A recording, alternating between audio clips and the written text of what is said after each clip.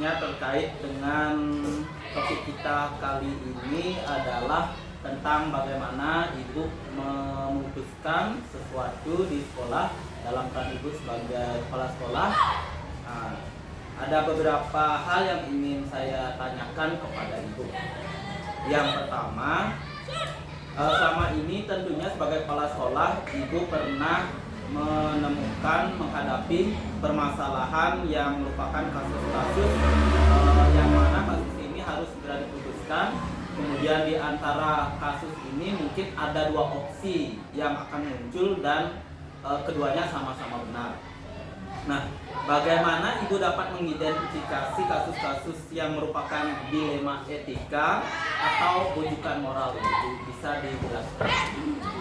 Kalau menurut yang pribadi, yang namanya kasus yang mengidentifikasi kasus dilema etika, kita melihat dari sudut saya benar, dari sudut orang benar. Tapi versi dilema etika itu adalah benar melawan benar, benar PS benar gitu.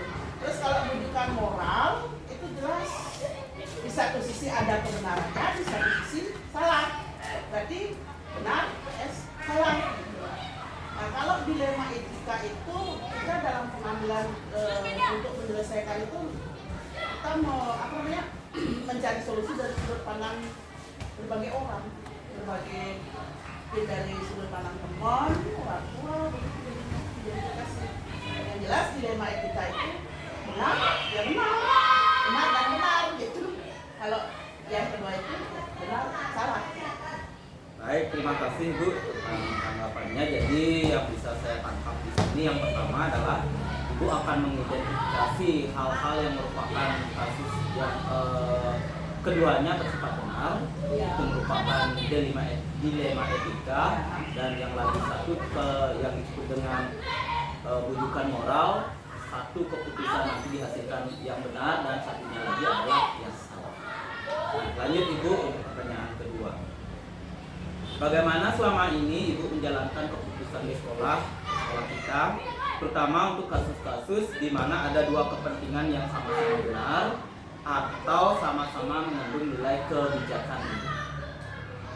Kalau saya selama ini pasti akan mengidentifikasi masalah itu, kemudian mencari fakta-fakta dari sekitar kita.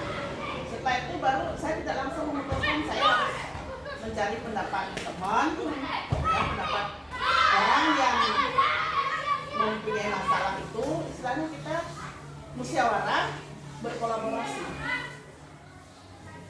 Sangat menarik ya Ibu. Jadi selama ini dalam mengambil keputusan di sekolah, Ibu akan menemukan terlebih dahulu fakta-fakta yang ada, dia sebagai kenyataan, kemudian secara berkolaborasi juga melibatkan banyak pihak di sekolah, gitu ya Ibu. Terkait dengan langkah-langkah prosedur Ibu, langkah-langkah atau prosedur seperti apa yang biasa Ibu lakukan selama ini dalam mengambil keputusan?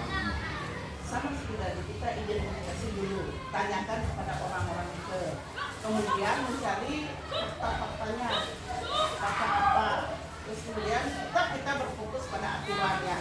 Tapi di sanalah kalau faktanya ini kita sama-sama benar dan di luar dari peraturan itu, di sana diperlukan penjelasan kita sebagai kepala sekolah.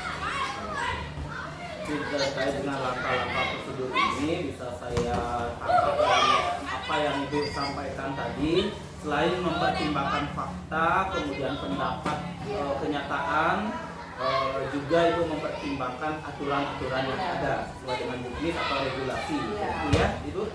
Baik, pertanyaan selanjutnya Ibu, hal-hal apa saja yang selama ini Ibu anggap efektif dalam pengambilan keputusan, terutama pada kasus-kasus yang melibatkan dilema etika?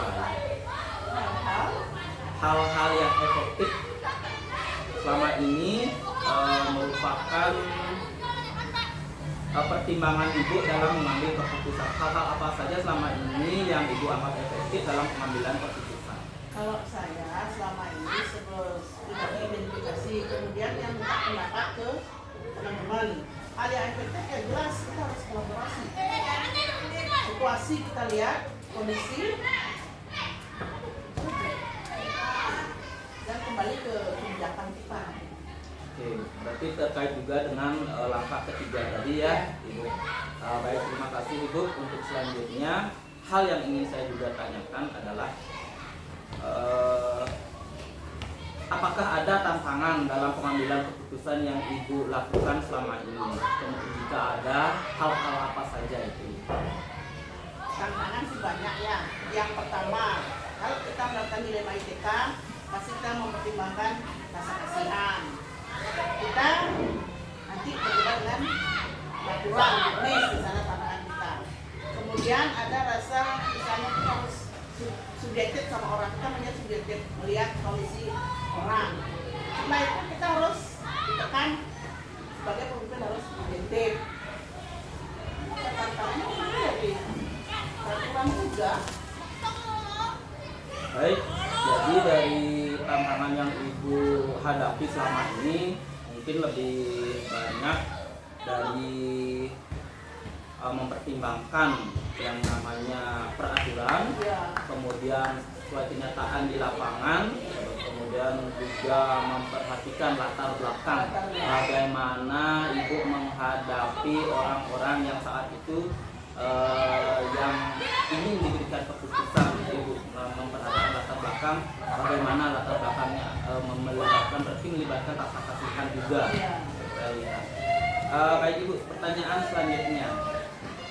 Nah, dalam mengambil keputusan, apakah Ibu selama ini menentukan jadwal untuk pengambilan keputusannya Ibu, atau dilakukan dengan terstruktur, terjadwal, dan ada prosedurnya? Tidak terjadwal, tapi tetap kita pakai prosedur. Dalam artian kita cari fakta dulu, kemudian kita rembuk atau berkolaborasi dengan teman-teman. Yang utama kan identifikasi dulu masalahnya. Kalau terjadwal tidak, tapi tetap dengan prosedur untuk mengambil keputusan. Baik, terkait dengan jadwal yang Ibu sampaikan tadi, berarti Ibu mengambil keputusannya berdasarkan kenyataan, kemudian waktunya itu dilakukan secara spontan. Kalau begitu saya simpulkan Ibu. Kemudian juga tetapi memperhatikan prosedur yang ada sesuai dengan bisnis, sesuai dengan tata aturan. Itu yang saya tanyakan. Baik, terima kasih Ibu. Untuk selanjutnya, hal yang ingin saya tanyakan dalam kaitan Ibu mengambil keputusan ini, adakah seseorang atau faktor-faktor apa yang selama ini mempermudah atau membantu Ibu dalam mengambil keputusan dalam dilema etika? Jelas ada. Yang pertama itu tetap kolaborasi. Itu yang membantu. Jadi karena kita memerlukan pendapat-pendapat dari guru, komite, kemudian orang tua, bahkan siswa pun kita bisa untuk menyelesaikan sebuah masalah yang mengandung dilema etika itu. Kita memerlukan orang. Baik. Jadi selama ini Ibu lebih banyak dalam pengambilan keputusan untuk mendukung keputusan yang strategis yang melibatkan orang banyak. Tetap Ibu melakukan kolaborasi, terutama dengan guru, kemudian komite, orang tua, dan siswa juga dilibatkan. Baik, sangat menarik yang Ibu sampaikan tadi. Nah, untuk kedepannya ini Bu, dari semua hal yang disampaikan, pembelajaran apa yang dapat Ibu petik dari pengalaman Ibu selama ini dalam mengambil keputusan dilema etika? Kalau saya secara pribadi, pembelajaran yang saya dapatkan itu pada saat kita mengambil kebijakan, jangan terburu-buru.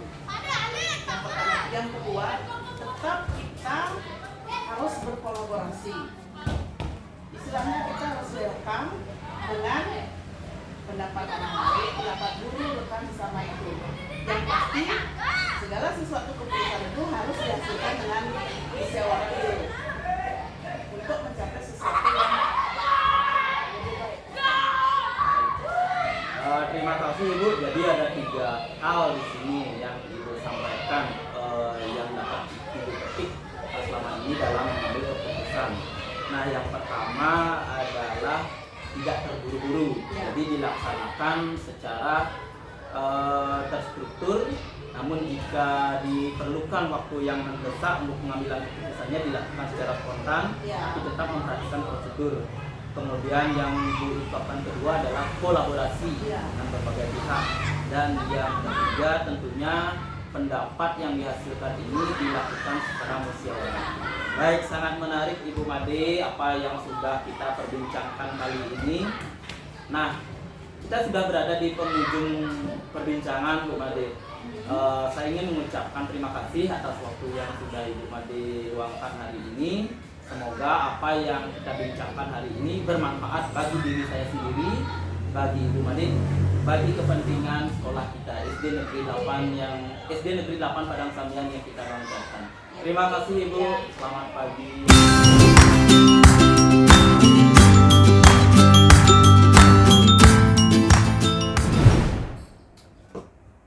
Selamat siang Pak Putu. Selamat siang Pak Nyoman. Bagaimana kabarnya hari ini? Kabarnya luar biasa Pak Nyoman. Pak Nyoman sendiri bagaimana? Sangat baik juga Pak Putu. Sudah lama sekali kita tidak berjumpa. Dalam kegiatan kali ini saya ingin berbincang-bincang dengan Pak Putu selaku kepala sekolah dari SD Negeri 13 Daupuri. Nah, dalam posisi Pak Putu sebagai kepala sekolah di SD Negeri 13 Daupuri, selama ini tentunya pernah mengalami kasus-kasus yang bersifat dalam pengambilan keputusannya itu benar dan benar. Jadi di antara dua pilihan yang strategis pengambilan keputusannya, dan juga pengambilan keputusan antara yang benar maupun salah. Nah, yang ingin saya tanyakan Pak Putu, selama ini bagaimana Pak Putu dapat mengidentifikasi kasus-kasus yang merupakan dilema etika atau bujukan moral? Selama saya bertugas di SD Negeri 13 Daupuri, kalau menemukan kasus seperti dilema etika dan bujukan moral, tentunya kita harus mengetahui dulu apa sih dilema etika, apa itu bujukan moral. Nah, sepengetahuan saya kalau dilema etika itu kan dua kasus atau dua permasalahan yang sifatnya memiliki nilai kebajikan moral. Nah, itu yang benar keduanya, artinya benar melawan benar. Nah, sedangkan bujukan moral itu dua masalah atau dua kasus juga, satu sisi benar, satu sisi salah. Berarti benar melawan salah, kan begitu. Nah, untuk mengidentifikasi, kita lihat dulu konteks permasalahan atau kasus yang kita hadapi. Nah, kalau permasalahan itu, dua permasalahan itu melanggar daripada aturan ataupun norma, itu berarti kita masukkan ke bujukan moral. Kalau keduanya mempunyai nilai kebajikan moral yang benar tapi bertentangan, itu berarti masuk ke dilema etika. Itu kalau versi pihak sendiri kan. Oke, sangat menarik Pak Putu. Jadi dari apa yang Pak Guru sampaikan tadi bisa saya tangkap bahwa untuk mengidentifikasi kasus-kasus yang merupakan dilema etika maupun bujukan moral, Pak Putu yang pertama akan meninjaunya dari segi definisi atau pengertian. Kemudian Pak Putu juga meninjaunya dari konteks masalah tersebut. Oke Pak Putu, selanjutnya yang ingin saya tanyakan adalah, nah selama ini bagaimana Pak Putu menjalankan pengambilan keputusan di sekolah? Nah, terutama untuk kasus-kasus yang ada dua kepentingan yang sama-sama benar atau yang disebut dengan dilema etika. Kalau pengambilan keputusan, kalau kita menemukan kasus yang seperti itu masih agak rumit kita memutuskan, tapi kita harus mengidentifikasi dulu si permasalahannya apa. Nah, kita cari dulu informasi, fakta-fakta yang berkaitan, yang relevan dengan kasus tersebut. Dan setiap keputusan yang kita ambil itu tentunya berdasarkan nilai-nilai dari kebajikan universal. Nah, selain itu harus berpihak kepada murid juga, serta keputusan yang kita ambil nantinya itu bisa kita pertanggungjawabkan. Oke, sangat menarik kembali. Nah, di sini yang saya bisa tangkap dari apa yang Pak Putu sampaikan tadi, dalam mengambil keputusan ini Pak Putu akan menjalankannya dengan meninjau kembali, mengidentifikasi terlebih dahulu, kemudian berdasarkan nilai-nilai kebajikan, nah, yang seperti itu, dan lain sebagainya tadi. Nah, yang ketiga Pak Putu yang ingin saya tanyakan, langkah-langkah atau prosedur apa saja yang biasa Pak Putu lakukan selama ini dalam menangani kasus-kasus dilema etika ini? Kalau langkah-langkah yang saya ambil jika menemukan kasus dilema etika, yang pertama tentunya pasti siapa saja yang terlibat. Nah, yang terlibat dalam kasus tersebut itu yang kita cari dulu. Setelah itu baru lagi yang kedua adalah mencari, menggali informasi atau fakta-fakta yang relevan dengan kasus tersebut yang kita hadapi ini. Itu yang kedua. Yang ketiga baru kita akan diskusikan dengan teman sejawat ataupun guru, pegawai, bahkan kalau memang diperlukan seseorang yang berkompeten di bidang permasalahan yang kita hadapi, kita tanyakan, kita ajak diskusikan, baru kita bisa mengambil suatu keputusan. Nah, setelah kita mengambil suatu keputusan, baru kita akan adakan refleksi. Nah, refleksi inilah kita gunakan untuk menjadi pembelajaran ke depannya jika ada kasus-kasus lagi yang kita akan hadapi. Baik Pak Putu. Jadi dari langkah-langkah prosedur yang akan Pak Putu ambil untuk mengatasi dilema etika ini, permasalahan dilema etika ini, yang pertama meninjau siapa yang terlibat, Ya. kemudian menggali fakta, dan kemudian selanjutnya diskusi dengan semua pihak, baik itu dengan guru, kemudian dengan pihak-pihak lain yang berkompeten di bidangnya, dan yang selanjutnya adalah melakukan refleksi. Nah, sangat menarik ini perbincangan kita Pak Putu. Yang keempat yang ingin saya tanyakan kembali ini adalah hal-hal apa saja yang selama ini Pak Putu anggap efektif dalam pengambilan keputusan pada kasus-kasus dilema etika? Hal-hal yang efektif yang biasa saya lakukan, yang pertama itu adalah pastinya fokus terhadap permasalahan yang kita hadapi. Itu fokus satu permasalahan aja yang kita hadapi, itu dulu kita fokuskan. Setelah itu baru mendiskusikan atau komunikasi secara terbuka, ya, baik dengan rekan sejawat seperti yang sampaikan tadi, itu rekan sejawat ataupun guru-guru yang kompeten pada saat menghadapi masalah tersebut, sehingga kita bisa cepat mengambil keputusan dari permasalahan tersebut. Sangat strategis langkah-langkah yang Pak Putu lakukan, saya amati di sini. Yang pertama fokus terhadap masalah yang diamati, kemudian setelah mendapatkan titik permasalahannya tersebut dilakukan komunikasi terbuka. Selanjutnya nih Pak Putu, apakah ada selama ini tantangan dalam pengambilan keputusan yang Pak Putu buat? Jika ada, coba diceritakan. Baik Pak Nyoman. Nah, mengenai tantangan itu pasti Pak Nyoman, apalagi kita sebagai pemimpin di instansi yang notabene itu adalah ada guru, ada siswa, ada masyarakat atau orang tua siswa, pasti ada aja tantangannya. Yang pertama, tantangan yang biasa dihadapi itu adalah apalagi yang kita memutuskan sesuatu hal yang termasuk dilema etika yang bilang Pak Nyoman itu adalah benar lawan benar. Nah, itu kita ngambil keputusan itu pasti sesuatu dua hal yang sama-sama benar. Nah, itu tantangannya.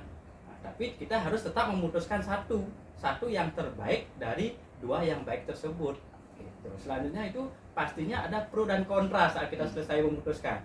Ada yang pro, ada yang kontra, itu pasti itu. Nah, strategi kita bagaimana membimbing ataupun memberikan pengertian bagi yang kontra ini untuk menerima hasil keputusan kita, karena hasil keputusan kita itu pasti mempertimbangkan untuk orang banyak, yang terbaiklah keputusan kita yang akan kita ambil. Baik, dari tantangan-tantangan yang Pak Putu sampaikan tadi, jadi pada intinya memutuskan pengambilan keputusan yang terbaik, itu pertama. Kemudian jika terdapat pro dan kontra, diadakan pendekatan komunikasi. Untuk memberikan itulah pengertian bagaimana kita ngambil keputusan seperti ini. Itu dilakukan lebih lanjut ya Pak Putu.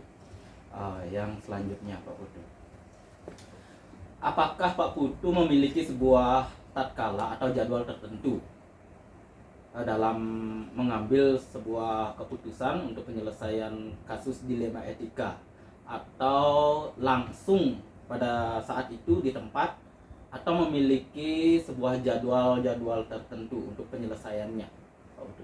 Kalau masalah jadwal untuk menangani, kami tidak punya jadwal khusus untuk penanganan kasus ini, nak. Ya, kita lihat kembali lagi kasusnya, apakah itu harus diselesaikan hari itu, ya kita selesaikan hari itu juga. Seandainya bisa dipending, sebaiknya sih kita tidak mending kasus. Karena apa? Kita tidak akan tahu kasus berikutnya akan datang. Nah itu sehingga apa namanya, kita tidak punya jadwal, tapi kita punya prosedur.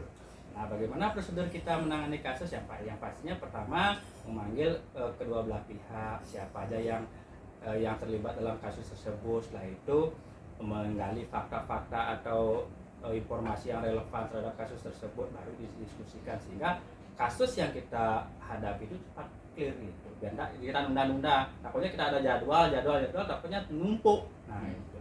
Ini ke Pak Nur. Oh, baik, jadi disesuaikan dengan kasus yang dihadapi, tapi secara umum dari penjelasan Pak Putu tadi segera diselesaikan. Segera diselesaikan, jangan menunda-nunda. Ya, tidak menunda-nunda dan dengan prosedurnya.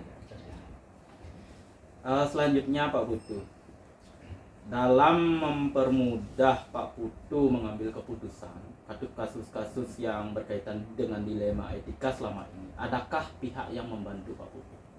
Kalau suatu keputusan itu kita tidak bisa ngambil sendiri, apalagi tentang apa yang kita hadapi, masalah yang ringan, sedang, yang berat. Nah ini kita perlu komunikasi, baik komunikasi dengan teman-teman di kepala sekolah, kita bertanya, setelah itu dengan guru-guru yang di sekolah, di TU ataupun kalau bila perlu kita mendatangkan lagi seseorang yang berkompeten di bidangnya, sehingga kita ajak komunikasi. Nah adalah gambaran, ada saran, sehingga dari saran tersebut kita bisa cepat memberikan keputusan dari permasalahan tersebut.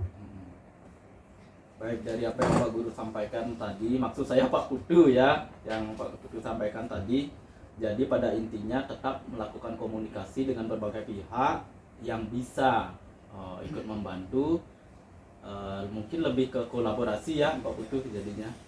Oke. Nah, yang terakhir Pak Putu yang ingin saya tanyakan, dari semua hal yang disampaikan tadi, pembelajaran apa yang bisa Pak Putu petik dari pengalaman Pak Putu dalam mengambil keputusan yang berkaitan dengan kasus-kasus dilema etika? Yang pertama yang saya dapat dari kegiatan ini itu adalah, yang pertama jangan lari dari masalah. Itu aja sih. Jangan lari dari masalah, hadapi masalah, selesaikan masalah tersebut, jadikan masalah tersebut sebagai pembelajaran kita untuk ke depannya. Simpel saja. Mantap. Ya. Jadi Pak Putu, kita sudah sampai di penghujung perbincangan kita kali ini. Saya ucapkan terima kasih atas waktu dan tempat yang Pak Putu berikan kepada saya untuk menggali lebih jauh tentang bagaimana sih kiat-kiat Pak Putu dalam pengambilan keputusan memutuskan sesuatu yang berkaitan dengan kasus-kasus dilema etika. Nah, mohon maaf apabila terdapat tutur kata, pemikiran ataupun perbuatan dari saya pada saat melakukan perbincangan ini. Semoga apa yang kita bincangkan kali ini memberikan dampak yang positif bagi diri saya sendiri, bagi Pak Putu tentunya, dan juga bagi dunia pendidikan. Sama-sama Pak Nyoman, saya juga ucapkan terima kasih atas kedatangan Pak Nyoman mewawancari saya, sehingga saya bisa berdiskusi dengan Pak Nyoman, apalagi topiknya sangat menarik sekali, dan saya ucapkan semangat terus dalam pendidikan dunia penggerak. Semoga nanti kedepannya menjadi seorang kepala sekolah. Astung karo. Ya. Terima kasih Pak Putu. Ya, Selamat siang. Selamat siang.